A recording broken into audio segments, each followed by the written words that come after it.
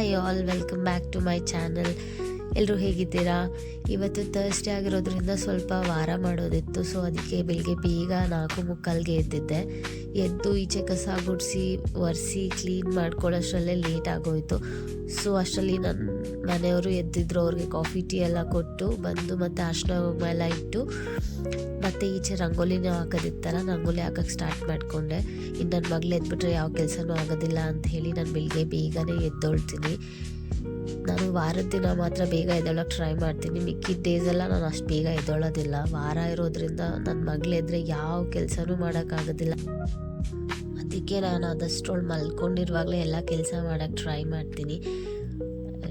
ನಾನು ರಂಗೋಲಿ ಎಲ್ಲ ಹಾಕಿ ಈಚೆ ಎಲ್ಲ ಕ್ಲೀನ್ ಮಾಡ್ಕೊಳ್ಳೋದಿತ್ತು ಅಂತ ಹೇಳಿ ನನ್ನ ಹಸ್ಬೆಂಡ್ ಈಚೆಯಿಂದನೇ ಇವತ್ತು ನಾಷ್ಟ ಏನಾದ್ರು ತೊಗೊಂಡು ಬರ್ತೀನಿ, ನೀನು ಪೂಜೆ ಮಾಡ್ಕೊ ಅಂತ ಹೇಳಿದರು. ಸೊ ನನಗೆ ಬೇರೆ ಏನೂ ಕೆಲಸ ಇರಲಿಲ್ಲ, ಇದು ಮನೆ ಕ್ಲೀನ್ ಮಾಡ್ಕೊಳ್ಳೋದೇ ಕೆಲಸ ಇದ್ದಿದ್ದು. ಸೊ ನಾನು ನಿಮಗೆ ಪ್ರೀವಿಯಸ್ ವೀಡಿಯೋದಲ್ಲೇ ಹೇಳ್ದಂಗೆ ನಾನೀಗ ಸದ್ಯಕ್ಕೆ ವರ್ಕ್ ಮಾಡ್ತಾಯಿಲ್ಲ, ಮನೆಯಲ್ಲೇ ಇದ್ದೆ ಅಂತ ಹೇಳಿದ್ದೆ ಅಲ್ವಾ. ಸೊ ನಂದು ಲವ್ ಮ್ಯಾರೇಜ್ ಆ್ಯಂಡ್ ನನ್ನ ಹಸ್ಬೆಂಡ್ ಮತ್ತು ನಾನು ಆಲ್ಮೋಸ್ಟ್ 7 years ಲವ್ ಮಾಡಿ ಮದುವೆ ಮಾಡ್ಕೊಂಡಿರೋದು.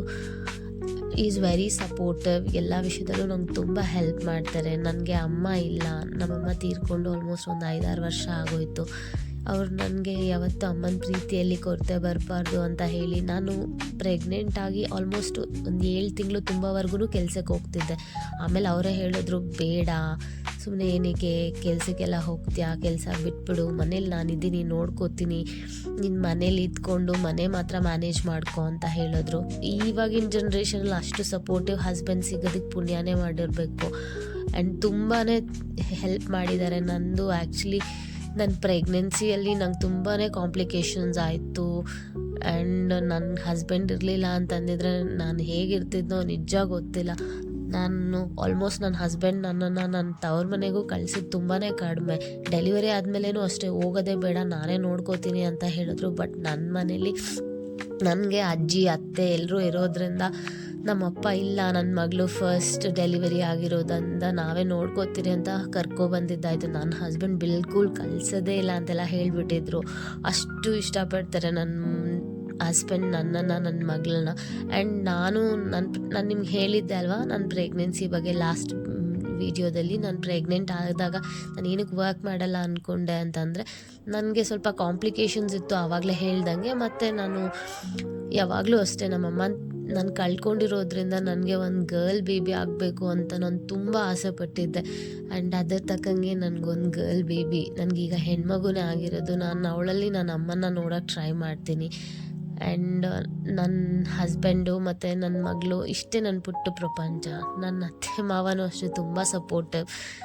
ಏನೋ ಗೊತ್ತಿಲ್ಲ, ಹೇಳ್ಕೋಬೇಕು ಅಂತ ಅನಿಸ್ತು, ಅದಕ್ಕೆ ಹೇಳ್ಕೊತಾ ಇದ್ದೀನಿ. ನಮ್ಮಿಬ್ಬರದ್ದು ಲವ್ ಮ್ಯಾರೇಜ್ ಆಗಿರೋದ್ರಿಂದ ನಾವಿಬ್ಬರು ಸೇಮ್ ಪ್ಲೇಸಲ್ಲೇ ಇರೋದು, ಅಂದರೆ ಒಂದೇ ಏರಿಯಾದಲ್ಲೇ ಇರೋದು. ನಂದು 3rd ಕ್ರಾಸ್ ಅಂದರೆ ನನ್ನ ಹಸ್ಬೆಂಡ್ದು 1st ಕ್ರಾಸ್ ರೋಡ್, ಒಂದು ಅಷ್ಟೇ ಡಿಫ್ರೆನ್ಸ್ ಇರೋದು. ಸೊ ನಾನು ಈವನ್ ನನಗೆ ಮಗು ಆದಮೇಲೆ ನಾನು ಯಾವತ್ತೂ ನನ್ನ ಹಸ್ಬೆಂಡ್ನ ಮಿಸ್ ಮಾಡ್ಕೋತೀನಿ. ಡೈಲಿ ಬರ್ತಾಯಿದ್ರು ಅವರು, ಈವ್ನಿಂಗ್ ಟೈಮ್ ಡೈಲಿ ಬಂದು ನನ್ನ ಜೊತೆ ಟೈಮ್ ಸ್ಪೆಂಡ್ ಮಾಡ್ತಾಯಿದ್ರು. ಸೊ ನನ್ನ ಮಗಳೇ ಎದ್ಲು, ಅವಳಿಗೆ ಬಿಸಿ ನೀರು ಕಾಯಿಸ್ಕೊಟ್ಟು ಅವಳಿಗೆ ರಾಗಿ ಸರಿ ತಿನ್ನಿಸಿ ಅವಳಿಗೂ ಸ್ನಾನ ಮಾಡಿಸ್ಬೇಕಿತ್ತು. ಅವಳಿಗೆ ಸ್ನಾನ ಎಲ್ಲ ಮಾಡಿಸಿ ನಾನು ಮತ್ತೆ ಸ್ವಲ್ಪ ಬಟ್ಟೆ ಇತ್ತು, ಬಟ್ಟೆ ಎಲ್ಲ ಒಕ್ಕೊಂಡ್ಬಿಟ್ಟೆ. ಬಟ್ಟೆ ಎಲ್ಲ ಒಗೆದು ಅದೆಲ್ಲ ಒಣಗಾಕಿ ನನಗೂ ಸ್ವಲ್ಪ ಇವತ್ತು ಈಚೆ ಹೋಗೋದಿತ್ತು, ಸ್ವಲ್ಪ ಕೆಲಸ ಇತ್ತು ಅಂಥೇಳಿ ಬೇಗ ಬೇಗ ಕೆಲಸ ಮಾಡಿಕೊಂಡೆ ನಾನು. ಮೀನ್ವೈಲ್ ಮಧ್ಯಾಹ್ನದ ಲಂಚ್ ಪ್ರಿಪೇರ್ ಮಾಡೋದಿತ್ತು. ಸೊ ಏನು ಮಾಡೋದು ಅಂತ ಯೋಚನೆ ಮಾಡ್ತಿದ್ದೆ. ಅದಕ್ಕೆ ನಾನು ಚಪಾತಿ ಮತ್ತು ಮೊಟ್ಟೆ ಫ್ರೈ ಮಾಡಿಬಿಡೋಣ ಅಂತ ಅಂದ್ಕೊಂಡೆ. ಯಾಕಂದರೆ ಬೇಗ ಆಗಿಬಿಡುತ್ತೆ ತಕ್ಷಣಕ್ಕೆ ಅಂಥೇಳಿ ನಾನು ಎಗ್ ಬುರ್ಜಿ ಮಾಡಿಕೊಂಡು ಚಪಾತಿ ಮಾಡ್ಕೊಂಡಿದ್ದೆ. ಒಂದು ಬಾಣಲೆ ಇಟ್ಟು ಅದಕ್ಕೆ 1-2 ಸ್ಪೂನ್ ಆಯಿಲ್ ಹಾಕಿ, ಆಮೇಲೆ ಅದಕ್ಕೆ ಜೀರಿಗೆ ಸಾಸಿವೆ ಹಾಕಿ ಚೆನ್ನಾಗಿ ಅದು ಕಾದ್ಮೇಲೆ 1-2 ಈರುಳ್ಳಿ ಮತ್ತು ಒಂದು 4 ಹಸಿಮೆಣಸಿನ್ಕಾಯಿ ಕಟ್ ಮಾಡಿ ಹಾಕಿದ್ದೀನಿ. ಇದು ಚೆನ್ನಾಗಿ ಬಾಡಿದ್ಮೇಲೆ ನಾನು ಇದಕ್ಕೆ ಒಂದು ಅರ್ಧ ಟೊಮೆಟೊ ಹಾಕ್ಕೊಂಡಿದ್ದೀನಿ. ಯೂಶ್ವಲಾಗಿ ಟೊಮೆಟೋಸ್ನ ಪ್ರಿಫರ್ ಮಾಡಲ್ಲ ಎಗ್ ಬುರ್ಜಿಲಿ, ಬಟ್ ನಂಗೆ ಇಷ್ಟ ಆಗುತ್ತೆ. ಸೊ ನಾನು ಅದಕ್ಕೆ ಒಂದು ಅರ್ಧ ಟೊಮೆಟೊ ಹಾಕಿದ್ದೀನಿ. ಒಂದು ಸ್ವಲ್ಪ ಅರ್ಶಿನನೂ ಹಾಕಿ ಈ ಟೈಮಲ್ಲಿ ಒಂದು 4 ಮೊಟ್ಟೆ ಒಡೆದು ಹಾಕಿ ಚೆನ್ನಾಗಿ ಹೈ ಫ್ಲೇಮಲ್ಲಿ ಚೆನ್ನಾಗಿ ಫ್ರೈ ಮಾಡಿಕೊಂಡ್ರೆ ಎಗ್ ಬುರ್ಜಿ ಆಗೋಗುತ್ತೆ. ಸೊ ಇದನ್ನು ಹೈ ಫ್ಲೇಮಲ್ಲಿ ಕುಕ್ ಮಾಡಬೇಕು, ಇಲ್ಲಾಂದರೆ ಸಾಫ್ಟ್ ಆಗಿದ್ರೆ ನನಗೆ ಇಷ್ಟ ಆಗೋದಿಲ್ಲ. ಅದೊಂಥರ ಫುಲ್ ಡ್ರೈ ಆಗಿದ್ರೇ ನನಗೆ ಇಷ್ಟ ಆಗುತ್ತೆ. ನೋಡಿ ಈ ಥರ ಎಲ್ಲ ಇನ್ನೇನು ಫೈನಲ್ ಆಗಿ ಅದನ್ನು ಇಳಿಸ್ಕೋತೀರಿ ಸ್ಟವ್ ಮೇಲಿಂದ ಅನ್ನೋವಾಗ ಅದಕ್ಕೆ ಕೊತ್ತಂಬರಿ ಸೊಪ್ಪು ಮತ್ತು ಒಂದು ಅರ್ಧ tea spoon black pepper powder ಹಾಕ್ತೀನಿ. ಸೊ ಎಗ್ ರೆಸಿಪಿ ಏನೇ ಮಾಡಿದ್ರು ಅದಕ್ಕೆ ಪೆಪ್ಪರ್ ಯೂಸ್ ಮಾಡಬೇಕು ಅಂತ ನಮ್ಮಮ್ಮ ಹೇಳ್ತಾಯಿದ್ರು. ಸೊ ಅದಕ್ಕೆ ಹಾಕ್ತೀನಿ, ಟೇಸ್ಟು ಚೆನ್ನಾಗಿರುತ್ತೆ. ಅದಕ್ಕೆ ನಾನು ಒಂದೆರಡು ಚಪಾತಿನೂ ಮಾಡ್ಕೊಂಡಿದ್ದೆ. ನನ್ನ ಹಸ್ಬೆಂಡೂ ಇವತ್ತು ಮನೇಲೇ ಇರೋದ್ರಿಂದ ಅವರು ಯೂಶ್ವಲಿ ಸ್ವಲ್ಪ ಹೆಲ್ತ್ ಕಾನ್ಷಿಯಸ್, ನನ್ನ ಥರ ಎಲ್ಲ ಜಂಕ್ ಫುಡ್ ಜಾಸ್ತಿ ಪ್ರಿಫರ್ ಮಾಡಲ್ಲ. ನಾನು ಯೂಶ್ವಲಿ ಈಚೆನೇ ತಿಂತೀನಿ, ಮನೆಯಿಂದ ತಿನ್ನೋದು ತುಂಬಾ ಕಡಿಮೆ. ನನ್ನ ಹಸ್ಬೆಂಡ್ ನಂತರಲ್ಲ, ಅವ್ರು ತುಂಬ ಆಪೋಸಿಟ್. ಎಲ್ಲೇ ಕರ್ಕೊಂಡೋದ್ರು ನನಗೆ ಮಾತ್ರ ಕೊಡಿಸ್ತಾರೆ, ಏನು ಬೇಕೋ ತಿನ್ನು ಅಂತ ಹೇಳ್ತಾರೆ. ಮನೆಗೆ ಬಂದು ಅದೇ ಚಪಾತಿನೇ ತಿನ್ನೋದು. ಸೊ ನಾನು ಹೇಳ್ದೆ ಅಲ್ಲ ಈಚೆ ಹೋಗೋದಿತ್ತು ಅಂತ, ಫಸ್ಟ್ ನನ್ನ ಮಗಳನ್ನ ರೆಡಿ ಮಾಡಿಬಿಟ್ಟೆ. ಅವಳು ಅವ್ರ ಪಪ್ಪ ಈಚೆ ಹೋಗಿದ್ದಾರೆ ಅಂತ ಅಳ್ತಾ ಇದ್ಲು ನೋಡಿ. ಆಮೇಲೆ ಅವಳನ್ನ ಸಮಾಧಾನ ಮಾಡಿ ಆಮೇಲೆ ನಾನು ರೆಡಿ ಆದೆ. ನನ್ನ ಹಸ್ಬೆಂಡ್ ಬಾ ಕೆಳಗಡೆ ಅಂತ ಹೇಳಿದ್ರು. ಅಷ್ಟರಲ್ಲಿ ನಾನು ರೆಡಿ ಆಗಿದ್ದೆ ಅಲ್ವಾ, ನನ್ನ ಮಗಳನ್ನ ಕರ್ಕೊಂಡು ನಾನು ಕೆಳಗಡೆ ಹೋದೆ. ಮತ್ತು ಈಚೆ ಏನಾದ್ರು ತಿನ್ನಬೇಕು, ತುಂಬ ದಿವಸ ಆಗಿದ್ದು ತಿಂದು ಅಂತ ಹೇಳ್ತಾ ಇದ್ದೆ ನನ್ನ ಹಸ್ಬೆಂಡ್ಗೆ. ಅದಕ್ಕೆ ನಿನ್ನ ಫೇವ್ರೆಟ್ ಮೋಮೋಸ್ ಕೊಡಿಸ್ತೀನಿ ಬಾ ಅಂತ ಕರ್ಕೊಂಡು ಹೋಗಿದ್ರು. ನಾನು ಇಲ್ಲಿ ತಂದೂರಿ ಮೋಮೋಸ್ ತೊಗೊಂಡಿದ್ದೆ, ಫ್ರೈಡ್ ತಂದೂರಿ ಮೋಮೋಸ್ ತುಂಬ ಸಖತ್ತಾಗಿರುತ್ತೆ, ನೀವು ಟ್ರೈ ಮಾಡಿ. ನಂಗೆ ತುಂಬ ಇಷ್ಟ ಮೋಮೋಸ್ ಅಂದರೆ. ಯೂಶ್ವಲಾಗಿ ಸ್ಟೀಮ್ ಮೋಮೋಸ್ ಇಷ್ಟಪಡ್ತಾ ಇದ್ದೆ ಫಸ್ಟು. ಈ ನಡುವೆ ಯಾಕೋ ಗೊತ್ತಿಲ್ಲ, ನನ್ನ ಪ್ರೆಗ್ನೆನ್ಸಿ ಟೈಮಿಂದ ನನಗೆ ಇದು ತುಂಬ ಇಷ್ಟ ಆಗ್ತಿದೆ. ನಾನು ಯಾವಾಗಿಲ್ಲಿ ಈ ಪ್ಲೇಸಿಗೆ ಬಂದರೂ ನಾನು ಇದು ಒಂದನ್ನು ಆರ್ಡರ್ ಮಾಡೋದು. ನಾನು ಹೇಳಿದೆ ಅಲ್ವಾ ನನ್ನ ಹಸ್ಬೆಂಡ್ ತಿನ್ನೋದಿಲ್ಲ ಅಂತ, ನಾನು ಫೋರ್ಸ್ ಮಾಡಿದ್ರು ಅವ್ರು ತಿಂದಿಲ್ಲ. ಇಷ್ಟನ್ನು ನಾನೇ ತಿನ್ನಬೇಕಾಯ್ತು, ತಿಂದಿದ್ದೆ. ಸೊ ಅದಕ್ಕೆ ಬೇರೆ ಏನು ತಿನ್ನೋದಕ್ಕೆ ಮನಸ್ಸಾಗಿಲ್ಲ. ಒಂದು ಪ್ಲೇಟ್ ಫುಲ್ ನಾನೇ ತಿಂದಿರೋದ್ರಿಂದ ಸರಿ ಹೊರಡೋಣ ಬನ್ನಿರಿ, ಇನ್ನೇನು ಬೇಡ ಅಂಥೇಳಿ ಬರೋವಾಗ ಗೋಲ್ಗಪ್ಪ ಕಾಣಿಸ್ತು.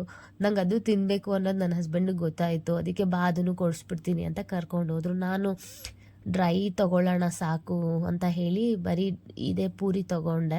ನಾನೇನು ಪಾನಿಪುರಿ ತೊಗೊಳಕ್ಕೆ ಹೋಗಿಲ್ಲ, ಯಾಕಂದರೆ ನನಗೆ ಆಲ್ರೆಡಿ ಹೊಟ್ಟೆ ತುಂಬಿರೋದ್ರಿಂದ ಇದು ತಿನ್ನಬೇಕಲ್ಲ ಅಂತ ಕಣ್ಣಿಗೆ ಬೇಕಾಗ್ತಿತ್ತು ಅಂತ ಅಷ್ಟೇ ತೊಗೊಂಡಿದ್ದು. ಸೊ ನಾನು ತಿಂದು ಮನೆಗೆ ಬಂದೆ. ಮನೇಲಿ ನಮ್ಮ ಅತ್ತೆ ಆಲ್ರೆಡಿ ರಸಮ್ ರೈಸ್ ಮಾಡ್ತಾಯಿದ್ರು. ನಾನೇ ಶೂಟ್ ಮಾಡ್ಕೋತೀನಿ ನೀವು ಮಾಡಿ ಅಂತ ಹೇಳಿ ನಾನು ವಿಡಿಯೋ ಮಾಡಿಕೊಂಡೆ. ನಮ್ಮ ಅತ್ತೆ ತುಂಬ ಚೆನ್ನಾಗಿ ಅಡುಗೆ ಮಾಡ್ತಾರೆ. ಯೂಶ್ವಲಾಗಿ ನಾನು ಅಡುಗೆ ಮಾಡೋದೇ ಕಡಿಮೆ ಮನೇಲಿ, ನಮ್ಮ ಅತ್ತೆನೇ ಮಾಡೋದು.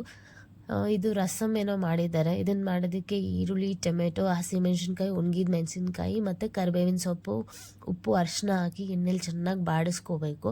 ನೆಕ್ಸ್ಟು ಹುಣಸೆಹಣ್ಣು ಮತ್ತು ಬೆಲ್ಲ ಹಾಕಿ ಕುದಿಯೋಕ್ಕೆ ಬಿಡಬೇಕು. ಒಂದು ಮಿಕ್ಸರ್ ಜಾರ್ಗೆ ಇದು ಕಾಯಿ ಮತ್ತು ಹುರ್ಗಡ್ಲೆ ಹಾಕಿ ಫೈನ್ ಪೌಡರ್ ಮಾಡಿ ಇದರಲ್ಲಿ ರಸಮಲ್ಲಿ ಮಿಕ್ಸ್ ಮಾಡಿದ್ರೆ ಆಗೋಯಿತು. ನೆಕ್ಸ್ಟು ಕೊತ್ತಂಬರಿ ಸೊಪ್ಪು ಹಾಕಿ ಇಳಿಸ್ಕೊಂಡ್ರೆ ರಸಮ್ ರೆಡಿ. ಬಿಸಿ ಬಿಸಿ ಅನ್ನಕ್ಕೆ ರಸಮ್ ಹಾಕ್ಕೊಂಡು ತಿಂತಾಯಿರಿ, ಸಕ್ಕತ್ತಾಗಿ